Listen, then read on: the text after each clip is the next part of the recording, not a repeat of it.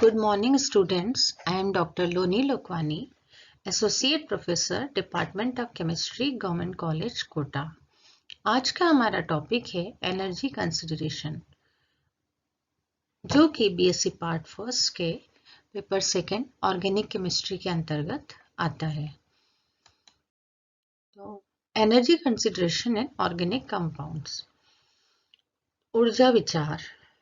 तो किसी भी ऑर्गेनिक रिएक्शन को होने के लिए थर्मोडायनेमिक रिक्वायरमेंट और काइनेटिक रिक्वायरमेंट दोनों के बारे में हम इसमें स्टडी करेंगे। जब कोई भी ऑर्गेनिक रिएक्शन होती है, कार्बनिक अभिक्रिया होती है, तो उसमें रिएक्टेंट्स होते हैं, क्रियाकारक, जो कि उत्पाद या प्रोडक्ट बनाते हैं। तो जब ये उसमें परिवर्तित होते हैं तो उसमें किस तरह के चेंजेस होते हैं, और सिस्टम जो है, जो तंत्र है, हमेशा स्टेबल मिनिमम एनर्जी में आने की कोशिश करता है, स्थायी न्यूनतम ऊर्जा की ओर अग्रसर होता है। तो इस तरह से जैसे यह फिगर में दिख रहा है, यहाँ फ्री एनर्जी है, मुक्त ऊर्जा है, ये अभिकारक रिएक्टेंट्स हैं, और ये प्रोडक्ट में चेंज हो रहे हैं। तो ये जो एनर्जी है डेल जी, ये फ्री एनर्जी कहलाती है।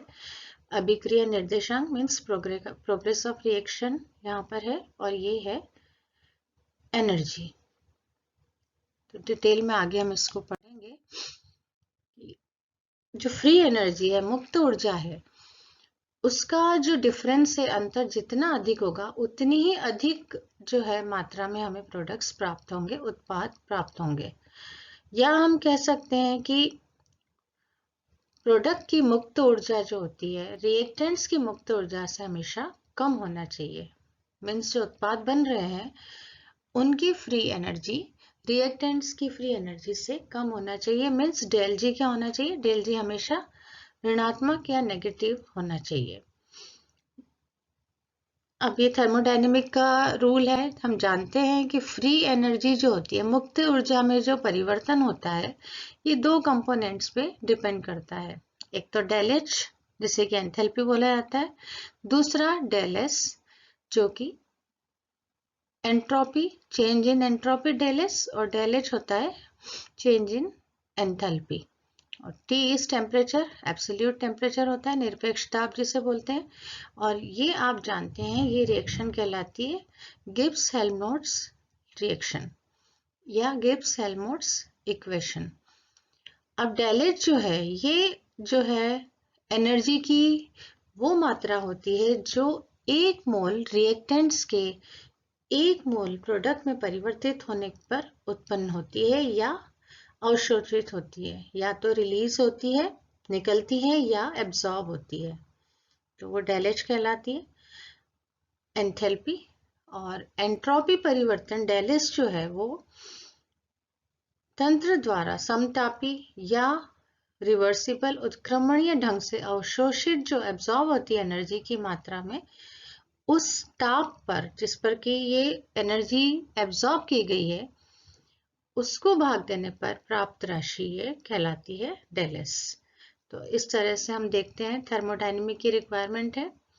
जैसे ए बी कोई रिएक्टेंट है, ये सी से क्रिया करता है तो बनाता है product A C plus B. अब ये रिवर्सिबल रिएक्शन है, साम्य अवस्था है ये इनकी। तो ये डिपेंड करती है इनकी रिलेटिव एनर्जीज पर, सापेक्षिक जो ऊर्जाएं हैं उन पे ये डिपेंड करती है। तो इस तरह से ये जो है इक्वेशन यहाँ काम करती है। अब डेल जी जो है, जो फ्री एनर्जी है, इसका जो मान ज्यादा हो तो उत्पाद अधिक मात्रा में बनेगा, प्रोडक्ट्स अधिक मात्रा में बनेंगे, एक्सेस में बनेंगे। और डेल जी का मान कम हो तो रिएक्टेंट्स का उत्पादों में या प्रोडक्ट्स में परिवर्तन कम होगा। यहाँ अधिक मात्रा में बनेंगे और यहाँ कम होगा, जबकि डेल एच का मान डेल जी का मान, फ्री एनर्जी का मान कम हो। If del G is equal to 0, तो 0 मीन्स फ्री एनर्जी में जहाँ कोई भी चेंज नहीं हो रहा हो, तो 50% जो है क्रियाकारकों का उत्पाद में परिवर्तन होगा। तो ये इस तरह से हम इसको देख सकते हैं। अब हम एनर्जी प्रोफाइल डायग्राम्स देखें तो जैसे यहाँ रिएक्टेंट्स है, ये पहले ट्रांजिशन स्टेट में आते हैं, संक्रमण अवस्था में आते हैं, और फिर फाइनली ये जो प्रोडक्ट में चेंज होते हैं। तो रिएक्टेंट्स और प्रोडक्ट के बीच की जो एनर्जी होती है वो डेल जी कहलाती है, फ्री एनर्जी। या तो ये पॉजिटिव होती है या नेगेटिव होती है। तो जब जो है उत्पादों की एनर्जी जो है, प्रोडक्ट्स की एनर्जी का मान रिएक्टेंट्स की एनर्जी से ज्यादा होता है, जैसे यहाँ पे दिख रहा है ये प्रोडक्ट है, इनकी एनर्जी जो है उनकी वैल्यू रिएक्टेंट्स की एनर्जी से ज्यादा है। ये यहाँ पर है और ये यहाँ पर है, तो ये ज्यादा है। तो डेल जी का मान क्या होगा? डेल जी की वैल्यू हो जाएगी पॉजिटिव, यहाँ दिख रहा है। इट मीन्स कि अगर प्रोडक्ट बनते हैं तो एनर्जी का एब्जॉर्प्शन हो रहा है, ऊष्मा अवशोषित हो रही है। तो ये एंडोथर्मिक रिएक्शंस के लिए ये रिएक्शन शो कर दिए कि ये एंडोथर्मिक है। क्लियर हो गया? अब अगर इसके अपोजिट हम देखें इस वाले डायग्राम में, तो ये प्रोडक्ट है और ये रिएक्टेंट्स है। अब यहाँ पे क्या हो रहा है, ये रिएक्टेंट्स की जो एनर्जी है वो प्रोडक्ट्स की एनर्जी से यहाँ ज्यादा है। उत्पाद की जो एनर्जी की वैल्यू है वो कम है और रिएक्टेंट की एनर्जी की वैल्यू ज्यादा है। तो उत्पादों की एनर्जी का मान अगर रिएक्टेंट्स या क्रिया कारकों की एनर्जी से जब कम होता है तो डेल जी जो होता है उनका जो वैल्यू होती है वो नेगेटिव होती है, ऋणात्मक होती है। इट मीन्स कि प्रोडक्ट बनने पर एनर्जी रिलीज हो रही है, ऊष्मा का उत्सर्जन हो रहा है, एनर्जी निकल रही है, तो उसे बोला जाता है एक्सोथर्मिक रिएक्शंस, ऊष्माशेपी अभिक्रियाएं। और जहाँ एब्जॉर्ब हो रही है उसे बोला जाता है ऊष्माशोषी अभिक्रियाएं। तो दोनों के लिए ये जो है एनर्जी प्रोफाइल, ये डायग्राम जो कि शो कर रहा है कि किस तरह की ये रिएक्शन है। अब अगर हम काइनेटिक रिक्वायरमेंट देखें रिएक्शन की, किसी भी अभिक्रिया है तो उसकी अणुगति की आवश्यकता जो है वो किस तरह से काइनेटिक रूप से इसको देखा जाए, तो एनर्जी ऑफ एक्टिवेशन आपने नाम सुना होगा, वो क्या होता है? किसी भी क्रिया के संपन्न होने के लिए डेल जी मीन्स फ्री एनर्जी का मान ऋणात्मक या नेगेटिव होना एक आवश्यक, लेकिन हमेशा ये नहीं होती। तो इसके अलावा अभिक्रिया संपन्न होने के लिए उसमें सक्रियण ऊर्जा का मान भी जोड़ना होता है। सक्रियण ऊर्जा आपने सुना है, एनर्जी ऑफ एक्टिवेशन, वो क्या होती है? आवश्यक न्यूनतम ऊर्जा, मिनिमम एनर्जी जो रिक्वायर्ड है वो सक्रियण या एनर्जी ऑफ एक्टिवेशन या सक्रियण ऊर्जा कहलाती है, जो कि रिएक्टेंट मॉलिक्यूल्स के आपस में टकराने से उत्पन्न होती है। जब कॉलिजन्स होते हैं मॉलिक्यूल्स में, क्रियाकारक जो अणु हैं रिएक्टेंट मॉलिक्यूल्स के आपस में जब कॉलिजन्स होते हैं तो उनके टकराने से जो मिनिमम एनर्जी उत्पन्न होती है वो सक्रियण ऊर्जा कहलाती है। तो रिएक्टेंट्स जब प्रोडक्ट में चेंज होते हैं, अब क्रियाकारक जब उत्पादों में परिवर्तन होता है जब उनका, तो उसके पहले वो एक ट्रांजिशन स्टेट से गुजरते हैं, जिसे कि संक्रमण अवस्था बोला जाता है। ट्रांजिशन स्टेट में संक्रमण अवस्था, जैसे ये देखिए इस ग्राफ में दिख रहा है, ए प्लस बी सी। अब यहाँ पे रिएक्टेंट यहाँ रिएक्ट करते हैं तो पहले ये एक्टिवेटेड कॉम्प्लेक्स बनता है ए बी सी। अब इसमें जो बॉन्ड्स हैं ना तो पूरी तरह जुड़े हुए हैं और ना ही पूरी तरह से यहाँ से टूटे हुए हैं। तो ये ट्रांजिशन स्टेट है, संक्रमण अवस्था है। तो उसके बाद ये फाइनली प्रोडक्ट में चेंज हो जाते हैं, ए बी प्लस सी का निर्माण होता है। तो रिएक्टेंट से लेकर ट्रांजिशन स्टेट तक की जो बीच की जो एनर्जी है ये एनर्जी ऑफ एक्टिवेशन कहलाती है, सक्रियण ऊर्जा कहलाती है। तो सक्रियण ऊर्जा आप क्लियर हो गया क्या होता है? तो इस अवस्था को जो है संक्रमण अवस्था, और इससे जो रिलेटेड एनर्जी है उसको एनर्जी ऑफ एक्टिवेशन मीन्स सक्रियण ऊर्जा कहा जाता है।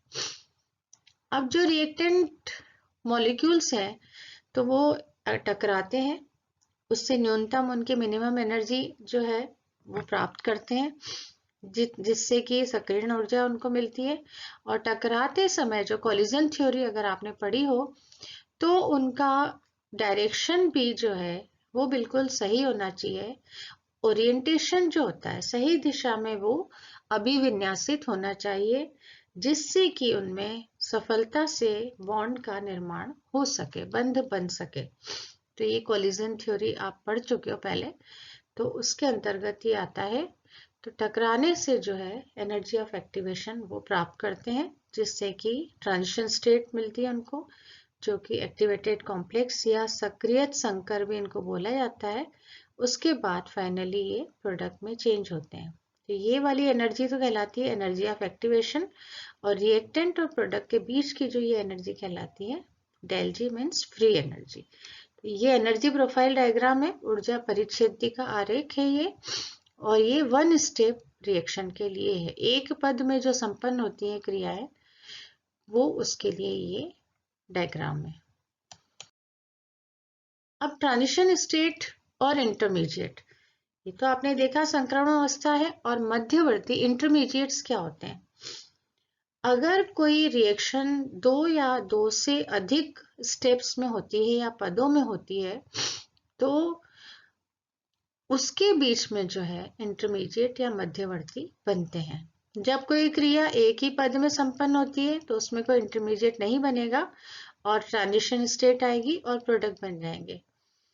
पर अगर वो दो स्टेप्स में होती है तो उनके बीच में जो है इंटरमीडिएट आएगा, और दो तरह की जो है संक्रमण अवस्थाएं बनेगी। अब जैसे ये रिएक्शन है, ए बी बंध इसमें बनता है और बी सी बंध टूटना शुरू होता है। जैसे ये ए प्लस बी सी, तो ए और बी के बीच में क्या होगा, बॉन्ड बनना स्टार्ट होगा, और बी और सी का बॉन्ड बनना यहाँ बॉन्ड टूटना यहाँ शुरू होगा। तो जब इसके इस सिस्टम में एक स्टेज ऐसी आती है जहां भी एनर्जी जो है वो हाईएस्ट होती है, उच्चतम होती है, और अगर जहां भी एनर्जी हाईएस्ट है, ज्यादा है, इट मीन्स स्टेबिलिटी वहां मिनिमम है, न्यूनतम स्थायित्व उनका होता है। तो रिएक्टेंट मॉलिक्यूल्स द्वारा इस तरह की उच्चतम जो है पोटेंशियल एनर्जी का जो स्टेट होता है, जो अवस्था होती है, उसको ही हम संक्रमण अवस्था कहते हैं। तो जहां पर कि बी और सी के बीच जो बॉन्ड है पूरी तरह टूट जाता है और फाइनली प्रोडक्ट बन जाते हैं ए बी और सी। तो यहाँ जो बीच में ये हाईएस्ट वाली एनर्जी स्टेट होती है वो ए बी सी, ये ट्रांजिशन स्टेट कहलाती है। तो क्लियर हो गया आपको ट्रांजिशन स्टेट क्या होती है। अब नेक्स्ट हम देखेंगे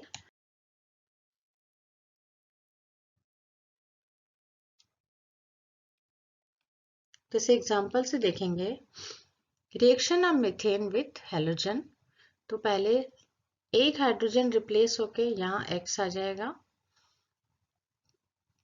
और पर उसके पहले जो है रिएक्टेंट जो है आपस में टकरा के और यहाँ ट्रांजिशन स्टेट पे पहुंचेंगे। ट्रांजिशन स्टेट पे ये एक्टिवेटेड कॉम्प्लेक्स बनेगा CH3HX। इसमें ना तो ये पूरी तरह हाइड्रोजन का बॉन्ड टूटा है, ना X जो है पूरी तरह यहाँ जुड़ा है। तो ये हाईएस्ट एनर्जी वाला स्टेट है, यहाँ दिख रहा है आपको पोटेंशियल एनर्जी इसकी हाईएस्ट है। तो यहाँ से रिएक्टेंट से लेकर ट्रांजिशन स्टेट के बीच की जो एनर्जी होती है वो एनर्जी ऑफ एक्टिवेशन कहलाती है, और रिएक्टेंट और प्रोडक्ट के बीच की जो एनर्जी है वो डेल एच एंथैल्पी या हीट ऑफ रिएक्शन कहलाती है। यहाँ से फिर चेंज होके ये उत्पाद बनाते हैं, प्रोडक्ट्स जो है बनाते हैं। पर ये तो वन स्टेप रिएक्शन है, पर यदि दो स्टेप में जो रिएक्शन होती है, दो पदों में अगर अभिक्रिया संपन्न होती है, जैसा कि इस डायग्राम में दिख रहा है, तो उसमें क्या होता है। अब जब दो पदों में संपन्न होती है तो पहले संक्रमण अवस्था आएगी TS1 ट्रांजिशन स्टेट फर्स्ट, फिर इसके बाद इंटरमीडिएट मध्यवर्ती इसमें बनते हैं। उसके बाद दूसरी संक्रमण अवस्था आएगी TS2 transition state 2, then finally फिर जो है प्रोडक्ट का निर्माण होगा। तो ये एनर्जी प्रोफाइल डायग्राम जो है, यह प्रोग्रेस ऑफ रिएक्शन है, या पोटेंशियल एनर्जी स्थितिज ऊर्जा है। तो ये डायग्राम शो कर रहा है potential energy level diagram in 2 steps and formation of unstable intermediate. तो यहाँ हम देख सकते हैं कि यहाँ रिएक्टेंट्स से लेके ट्रांजिशन स्टेट 1 तक जो एनर्जी हमें लगती है वो एनर्जी ऑफ एक्टिवेशन 1, और रिएक्टेंट्स और प्रोडक्ट्स के बीच जो है ये डेल एच एनर्जी कहलाती है।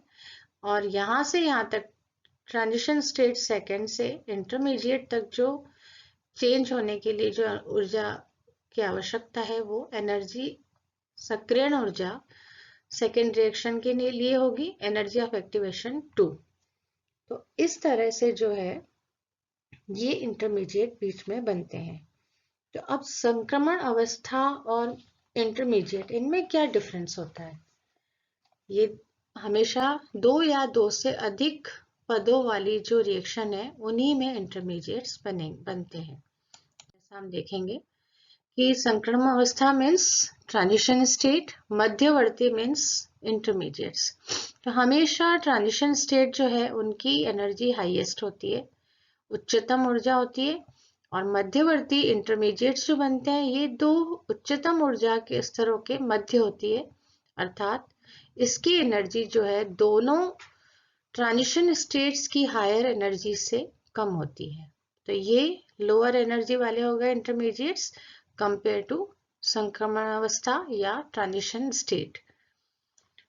अब ये संक्रमण अवस्था जो है ये एक या अधिक पदों वाली क्रियाओं में पाई जाती है, परंतु मध्यवर्ती जो बनते हैं इंटरमीडिएट से एक पद वाली 1 स्टेप रिएक्शन में नहीं पाए जाते, हमेशा 2 या 2 से अधिक स्टेप्स या पदों वाली रिएक्शंस में ही ये पाए जाते हैं।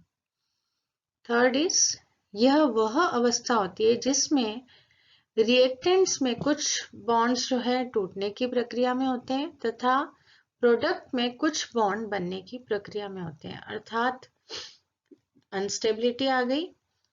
कोई भी इसकी जो है निश्चित संरचना या ज्योमेट्री या ज्यामिति नहीं होती ट्रांजिशन स्टेट संक्रमण अवस्था की। और इंटरमीडिएट्स में क्या होता है, क्रिया कारक जो होते हैं, रिएक्टेंट्स होते हैं, उनके सारे बॉन्ड या सारे बंध जो है पूर्णतया टूट जाते हैं, इसलिए ये जो है इसकी एक निश्चित स्ट्रक्चर या संरचना या ज्योमेट्री पाई जाती है। तो ये डिफरेंस है, इसमें इसकी कोई संरचना या ज्योमेट्री नहीं होती और इसकी जो है स्ट्रक्चर या ज्योमेट्री पाई जाती है इंटरमीडिएट्स की। इसीलिए ये इतने हाईली अनस्टेबल अस्थायी होते हैं, इसलिए इनको संक्रमण अवस्था या ट्रांजिशन स्टेट को हम प्राप्त नहीं कर सकते, परंतु इंटरमीडिएट्स को हम चाहें तो कुछ स्पेशल कंडीशंस या विशेष परिस्थितियों में इनको प्राप्त किया जा सकता है। तो इस तरह से ये डिफरेंस है संक्रमण अवस्था और मध्यवर्ती ट्रांजिशन स्टेट और इंटरमीडिएट्स में। Thank you.